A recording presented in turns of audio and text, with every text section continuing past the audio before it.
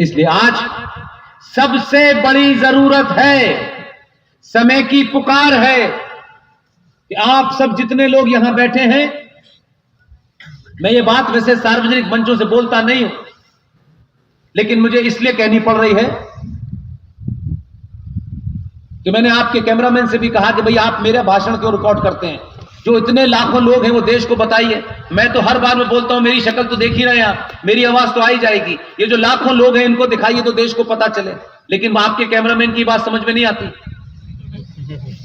मेरी आवाज तो आ ही रही है ना, देश सुन ही रहा है ना, लेकिन लोग ये नहीं देख पाएंगे पूरे देश में इतने लाखों लोग भी रात के अंधेरे में पुष्पेंद्र जी को सुन रहे हैं। मुझे यह मैसेज देना है कि जब आप अपने घर में सो रहे हैं, इसी देश में महाराष्ट्र की धरती पर एक संत की देखरेख में लाखों लोग इस राष्ट्र को बचाने के लिए यहां आए, अपने मन से आए हैं। इनको कुछ मिलने वाला नहीं है, न ये मिलने की चाह रखते।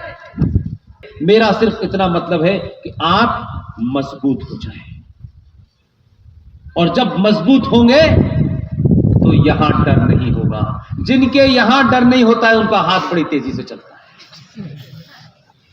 और अब तो आपने, गांधी जी ने जो ये कहा था कि कोई तुम्हारे गाल पे एक चांटा मारे तो तुम दूसरा आगे कर दे, ये गांधी जी की फिलॉसफी अनसाइंटिफिक थी। साइंस के नजरिए से फिजिक्स का फॉर्मूला यह कहता है every action there must be equal and opposite reaction. क्रिया की उतनी ही बराबर से प्रतिक्रिया होती है। इसलिए गांधी जी साइंटिफिक आदमी नहीं थे, इसलिए गैर साइंटिफिक बातें करते थे। और सनातन क्योंकि पूर्ण रूप से साइंस पे आधारित है, तो गांधी जी ने अपने चाटुकारता के चक्कर में यह कह दिया कि कोई तुम्हारे गाल पे एक चांटा मारे तुम दूसरा गाल आगे कर देना। गांधी जी भी गुजरात से आए थे, फिर गुजरात से एक आया 14 में, वो थोड़ा शुरू में झिझका, उसने कहा कि यार इतनी जल्दी मत करो, थोड़ा थोड़ा समझाया। 2019 में जो आया उसने कहा कि आप साइंस और फिजिक्स के उस फॉर्मूले के खिलाफ काम कर रहे थे, इसलिए पिट रहे थे। उसने एक नया फॉर्मूला निकाला, उसने कहा तुम्हारे गाल पे कोई मारे, उसने कहा एक साथ दोनों गालों पे मारना। और जब आपने मारना शुरू किया तो बोले अब दर्द हो रहा है, तो दर्द तो अभी कई सौ साल तक चलेगा।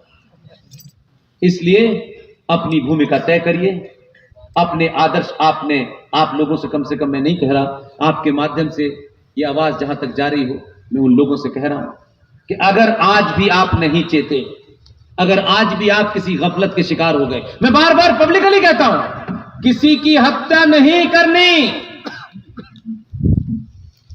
किसी को हथियार से नहीं मारना, लेकिन किसी की बदतमीजी और किसी की हत्या को यह भी नहीं मानना कि यह हमें बर्दाश्त करना है। जिस भाषा में बात करोगे उसी भाषा में जवाब दिया जाएगा। जिस दिन देश में यह होने लगेगा, ये जो लोग कहते हैं ना गजवाए हिंद, गजवा में चला जाएगा। इसलिए आप के पूर्वज इतने महान थे कि उनकी तुलना में आज तक कोई पैदा नहीं हुआ। कोई 1400 साल पहले मजहब पैदा हुआ, उसका रहनुमा पैदा हुआ, कोई 2000 साल पहले मजहब पैदा हुआ, उसका रहनुमा पैदा हुआ। आप दुनिया के एकमात्र ऐसी संस्कृति के लोग हैं। आपके पैदा होने की कोई डेट ही नहीं है और ना ही आपका कोई पैगंबर है। जब से यह सृष्टि अपने अस्तित्व में आई है तब से सनातन है, प्रकृति का नियम है, जो पैदा हुआ है उसे मरना है। सनातन जब पैदा ही नहीं हुआ तो उसे कौन मार सकता है? इसलिए आपने मुझे सुना, मुझे नहीं पता, बोलते वक्त मुझे बिल्कुल ध्यान नहीं होता कि मैं कितनी देर बोला। लेकिन मैं ये भी जानता हूं कि मैं सुबह 4 बजे तक भी बोलूंगा तो आप गुरुजी के शिष्य हैं, आप यहां से 1 मिनट के लिए नहीं हिलेंगे। लेकिन आप सब मेरे भाई हैं, मेरे परिवार के लोग हैं, और मुझे इस बात का गर्व है कि मैं इस आधुनिक भारत में एक आधुनिक चाणक्य, जिसे आप लोग घोड़े भिड़े गुरुजी कहते हैं, मैं उनको जानता हूं और वो मुझे जानते हैं। मुझे गर्व है इस बात का। आज 40 मिनट तक कई बार वो बहुत भावुक हुए, अपनी चोट के कारण दुखी थे, और बार बार वो कह रहे थे कि मैं जाना चाहता हूं। मैंने कहा कि आपका ठीक होना इस राष्ट्र के लिए महत्वपूर्ण है, इसलिए आप पूरा स्वास्थ्य लाभ करें। आपको अगर वहां नहीं भी मौजूद होंगे, आप मंच पे नहीं होंगे, तब भी मेरी वाणी में कोई कमजोरी पैदा नहीं होगी, बल्कि आप सबको देख करके जब लगता है वहां वहां सफेद टोपियों में लोग नजर आते हैं, तो लगता है कि मेरी आवाज महाराष्ट्र में उन लोगों के कानों तक चली जाए जिन्होंने छत्रपति शिवाजी महाराज का मजाक बना दिया है, जो आदर्श मानते हैं उन्होंने छत्रपति शिवाजी को छोड़ दिया है और अफजल खां के साथ चले गए। किसी से मेरा कोई निजी झगड़ा नहीं है, सत्ताएं क्या करती हैं क्या नहीं करती, मेरे मूल में राष्ट्र है, जो उस राष्ट्र को हित पहुंचाएगा मैं उसके खिलाफ रात के 10-10 बजे तक भी भाषण दूंगा, जगह जगह जाऊंगा, गली गली जाऊंगा, मोहल्ले मोहल्ले जाऊंगा। एक आदमी भी होगा तब भी बोलूंगा, 50 लाख होंगे तब भी बोलूंगा, लेकिन मेरी वाणी में इसलिए फर्क नहीं आएगा कि 2 लोग मुझे सुनने आए थे, क्योंकि मैं ये मानता हूं कि भीड़ कभी कुछ नहीं कर सकती। भीड़ में अगर 10-20 पुरुषार्थी बैठे हो तो बड़े बड़े लोगों को रोक सकती है। इसलिए अभी तो आपने 2 पुरुषार्थी भेजे हैं, ऐसे पुरुषार्थियों को पैदा करिए। छत्रपति महाराज शिवाजी के उन दिनों को याद करिए कि छत्रपति शिवाजी यहां थे और वो बनारस में जाकर के वहां पे मंदिरों का जीर्णोद्धार कराते हैं। इसलिए भारत के हर कोने कोने तक आपको शिवाजी का वो संदेश ले जाना होगा, और शिवाजी के मानने वाले हैं इसलिए आपके अंदर डर पैदा नहीं होगा। उनका बेटा जिनकी समाधि पे मैं भी कुछ दिन पहले गया था, आप जब मैं उनका इतिहास पढ़ा तो मैं ये सोचने लगा कि काश कई और शिवाजी पैदा होते। इसलिए बहनों से जब भी मिले, बेटियों से जब भी मिले, उन्हें एक ही बात बताएं, देश में खूबसूरती और सुंदरता की परिभाषा तैमूर की अम्मी नहीं है।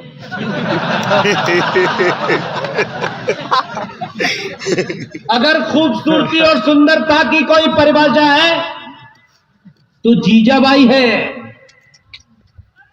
जो छत्रपति शिवाजी पैदा करती है। अब ये मजबूरी है उनकी कि पहले ठीक ठाक थी, शादी होती तैमूर पैदा होने लगे, तो जो तैमूर के साथ हुआ था फिर होगा। तो अब इस देश में अगर आपको आज कोई आदर्श मानना है वर्तमान में, अगर आप फिल्मों के माध्यम से ही प्रेरणा लेते हैं, तब भी आपके पास प्रेरणा लेने के लिए फिल्म भी है। आपने सिर्फ इतना ही तो काम किया अभी कुछ दिन पहले कि लंगड़ों और हकलों की फिल्म देखना बंद कर दिया। कुछ नहीं किया। इसमें तो आपने गांधी जी का अनुसरण किया, अहिंसा का इस्तेमाल किया और बटन गलत दबा दिया। अब हकले लंगड़े जो हैं वो परेशान हैं, क्योंकि 400 रुपए की टिकट आप जाते थे, हकले को दे के आते थे, उसमें बंदर बांट होता था, उसमें कुछ जहाज में भी जाते थे पैसे, उसमें पड़ोस वाले मुल्क में जाता था, उसको भी जाते थे। आपकी ताकत से, आपके अर्थ से आपने अपने दुश्मनों को, इस देश के शत्रुओं को आपने मजबूत किया। आप जो फिल्म देखना चाहते हैं वो देखिए, आपके लोगों ने बनाई ना फिल्म।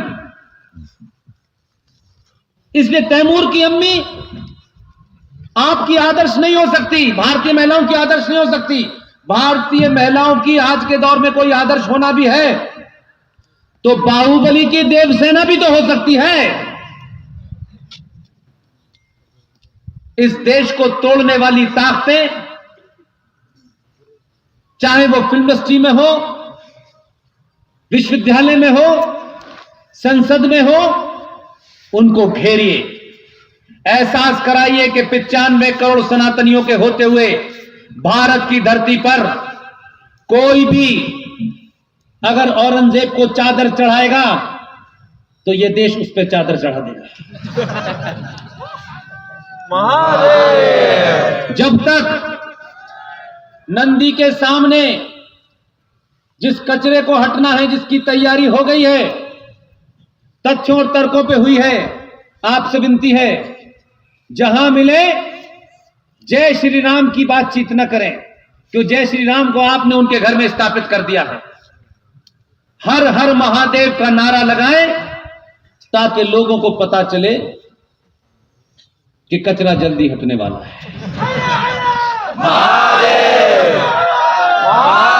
ये सिलसिला रुकना नहीं है। विष्णु शंकर जैन के साथ में एक 22 साल का युवा जिसने यूपीएससी का अपना कैरियर छोड़ दिया, 22 साल के युवा ने लॉ किया, वो भी बहुत अच्छे संपन्न परिवार का बच्चा था। हमारे मित्र हैं उनके पिताजी, जिस संस्था में काम करते हैं उसका सार्वजनिक नाम नहीं लिया जा सकता। उस परिवार के एक लड़के ने 22-23 साल की उम्र में सब छोड़ दिया और कहा कि मैं विष्णु शंकर और हरि शंकर जैन जैसे इस देश में वकालत करने वाले लोग जो अपनी आस्था और परंपराओं के लिए लड़ाई लड़ते हैं, मैं इस मिशन में शामिल होऊंगा। उस बच्चे ने मथुरा वृंदावन के अंदर भगवान कृष्ण के मंदिर को तोड़ करके उस जमीन पर जो ईदगाह बनाया है उसको कोर्ट में चैलेंज किया है, सुप्रीम कोर्ट में तथ्यों के साथ किया है। यह कचरा हट जाए, क्योंकि लोग हमारे पास कम हैं, पैसा नहीं है हमारे पास। कचरा जिस दिन हट जाएगा हम मथुरा भी लेके दिखाएंगे आपको। इसलिए यहां से जब घर जाएं तो बड़े गुरु जी के लिए प्रार्थना करें, स्वास्थ्य की उनके चिंता करें। उन्होंने आपको एक नई रोशनी दिखाई है। अगर 90 के आसपास की उम्र का आदमी नंगे पैर चल के सत्ताओं को यह मैसेज देता हो कि आप अपना काम करें, और सत्ता के शीर्ष पे बैठने वाले लोग उस नंगे फकीर को यह जानती हो कि ये एक पसली का आदमी है, कुछ दलाल राजनीतिक लोग, कुछ सत्ताएं उसको किसी झूठे केसों में फंसा दें, उसको डरा दें, उससे कुछ होने वाला नहीं है, वो फकीर रुकने वाला नहीं है। लेकिन उस फकीर की ताकत देखिए कि देश का प्रधानमंत्री उससे आशीर्वाद लेने आता है। कोई तो वजह होगी कि गुरुजी के पैर छूने आए, गुरुजी से डायरेक्शन लेके गए, गुरुजी की वो बात मानी कि 15 अगस्त पे जब भाषण दें तो बुलेट प्रूफ से नहीं देना है और सर के ऊपर केसरिया बांधना है। ऐसे लोगों के संपर्क में है वो। आपको तो ऐसा संत मिला हुआ है, कहीं जाना नहीं है, मुझे जरूर आपके बीच आना पड़ता है। इसलिए ऐसे लोगों ने जो आपको पाठ पढ़ाया है उस पाठ पे अडिग रहिए, किसी से डरिए मत। दुनिया आपको नहीं डरा सकती, आपको भी किसी को डराने की जरूरत नहीं है। बहुत से लोग बार बार बीच बीच में कहते हैं भारत को हिंदू राष्ट्र बनाना है। मैंने आगरा में भी यह बात कही, भारत को हिंदू राष्ट्र बनाने की क्या जरूरत है, मुझे यह बताइए। आप ये बात इसलिए कह रहे हैं कि आप अनजाने में अपने आप को हिंदू नहीं मानते। जिस दिन भी 90 करोड़ में से 25 करोड़ हिंदू हो जाएंगे, ये राष्ट्र 24 घंटे में हिंदू राष्ट्र हो जाएगा। आप हिंदू नहीं है। होली मनाना, दिवाली मनाना, फिल्मों के हिसाब से अपने संस्कारों को जोड़ देना, गीता न पढ़ना, रामायण पढ़ने में शर्माना, मंदिर जाना बैकवर्डनेस नजर आती है, अपने संस्कारों को मानने में जिन्हें शर्म आती है, वो हिंदू नहीं है। वो हिंदू के नाम पे नाम तो रखा होगा, हिंदू नहीं है। हिंदू किसी से डर नहीं सकता। हिंदू को कोई डर नहीं सकता। हिंदू यहां हो गए,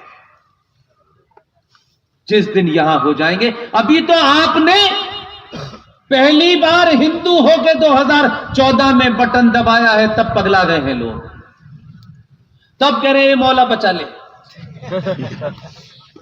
इसलिए कह रहा हूं कि अपनी ताकत को पहचानिए। मैंने कभी किसी सार्वजनिक मंच से और न निजी बातचीत में किसी मजहब के खिलाफ कोई टिप्पणी की। जैसे गीता सब पढ़ सकते हैं, वैसे आप कुरान भी पढ़ सकते हैं।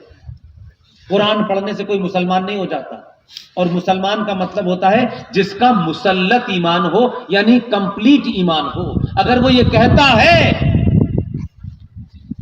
कि जो कायनात है, ये जो ब्रह्मांड है, इसमें हवा भी अल्लाह की मर्जी से चलती है, पानी भी अल्लाह की मर्जी से बरसता है, तुम और मैं यहां बैठे हैं, ये भी अल्लाह की मर्जी से है, तो हमने कहा तुम्हारा यकीन था मानो। हमने कब मना किया भाई? तुम तो कह रहे हो कि सब कुछ अल्लाह की मर्जी से होता है, तो अल्लाह की मर्जी से तो 14 में आया है, तो उसी की मर्जी से भेजा। लेकिन 14 के बाद कहते नहीं नहीं नहीं नहीं, यहां से यकीन कमजोर पड़ गया। हम तब भी मानते थे, आज भी मानते हैं भाई, अल्लाह ही भेज रहा है। उसे पता चल गया है कि मेरे मानने वाले नीचे जो है उत्पात मचा रहे हैं, क्योंकि कुरान मजीद में लिखा है कि अल्लाह ने फरमाया था कि मैं तुम्हें जब भेज रहा हूं तो मैं तुम्हें कुछ हिदायत दे रहा हूं, कुछ आदेश दे रहा हूं कि तुम्हें कैसे समाज में रहना है। अगर इस बात से तुम दो चार हुए, मेरे बताए रास्ते से तुम हटे, तो मैं धरती पे ऐसे लोग भेजूंगा जो तुम्हें रास्ते पे ले आएंगे। अब उन्होंने ये नहीं बताया था कि 2014 से भेजूंगा। 14 वाले ने बहुत समझाया, सबका साथ सबका विकास। बोले अच्छा हमें बेवकूफ बना रहा है। अच्छा ठीक है भाई, मत मानो। अल्लाह ने लगा के एक शरीफ को भेजा, ये सुनने को तैयार नहीं। अल्लाह भी तो तुम्हें देख रहा है, अल्लाह हमें भी देख रहा है, हम कब मने कर रहे हैं भाई। लेकिन अल्लाह ने कहा इस आदमी को भेजा मैंने, ये कमबख्त इनकी सुन नहीं रहे। तब उसने कहा कि अच्छा, फिर 19 में दूसरा भेजा, इन्हें ढंग से समझा। वहां भी थोड़ा कुछ गड़बड़ की, तो उनका सबसे ज्यादा गड़बड़ उत्तर प्रदेश में है, इसको भेजो। ये सिलसिला अल्लाह ने भेजा, हमने नहीं भेजा। अल्लाह ने आपकी दिमाग में डाला कि ये रास्ते से भटक गए हैं, ये सनातनी थे। ये बात अलग है कि इन्होंने डर के मारे शलवार पहन ली है, और जब आपकी सत्ता आई और देश में सनातन का पैरा बढ़ा, तब आपको पता है क्या हो रहा है। फारूक अब्दुल्ला ने फाइलें खोली, सर्टिफिकेट निकाल लिया, बोला 1722 में मेरे पूर्वज कौन ब्राह्मण थे। वो मर गया मोहम्मद इकबाल, जिसने ये सारे जहां से अच्छा एक गाना लिख के चला गया है, जो पाकिस्तान का सबसे बड़ा शायर था, जिसकी लाहौर में मजार है। उसको भी अपने पूर्वज का पता चल गया था कि वो सप्रू ब्राह्मण थे। अभी हाल में अच्छा खासा भगवान दास उसका नाम था, उसका नाम भगवान दास था। उसे अभी पता चला है कुछ दिन पहले कश्मीर में, अच्छे खासे भगवान दास ने अपना नाम रख लिया गुलाम मोहम्मद। अब तुमने गुलाम नबी आजाद रख लिया नाम, तो तुम ये बताओ कि तुम नबी से आजाद हो? किससे आजाद हो? और नबी के गुलाम हो तो फिर भारत से आजाद हो। उन्होंने भी कहा हम क्या बताएं, हम तो ऐसा था वैसा था, हमारे भी पूर्वज ब्राह्मण थे। आप हिंदू होना शुरू हो जाइए, अपना समय इस फालतू काम में बर्बाद मत कीजिए कि हमें किसी की घर वापसी करनी है। ये नकली माल हम नहीं लेते, जिसको आना है आए, जिसको ना आना है चला जाए। किसी के जाने से सनातन समाप्त नहीं होगा और किसी के आने से सनातन मजबूत नहीं होगा। इसलिए आप जिस दिन 24 कैरेट के हिंदू हो जाएंगे, आप में से लालच मिट जाएगा। जिस दिन लालच मिट जाएगा, कायरता समाप्त हो जाएगी और लोग कहेंगे कि ये सच के अलावा कुछ नहीं सुनता है, इसे किसी तरीके से नहीं खरीदा जा सकता है। जितने गए हैं रोज अर्जी देंगे कि पहले हमारा नाम था भगवान दास, हम हो गए गुलाम नबी। पहले हमारा नाम था ओम प्रकाश, अब हम हो गए नूर इलाही। ये सब वापस आएंगे। इनको वापस लाने में समय बर्बाद मत करिए, क्योंकि जब आप इन्हें वापस लाएंगे तो कहेंगे आप हमें क्या देंगे। कुछ देंगे वेंगे नहीं, तुम्हें आना है आओ, औकात में रहो, तुमको सर पे नहीं बिठाएंगे हम, तुम पहले ही अपवित्र हो चुके हो। तुम्हें ज्यादा कुछ करना है, मंदिर के बाहर कार सेवा करो 10 साल तक, तब तुम अंदर आना। बहुत बहुत धन्यवाद, thank you very much. Chhatrapati Shivaji Maharaj की जय।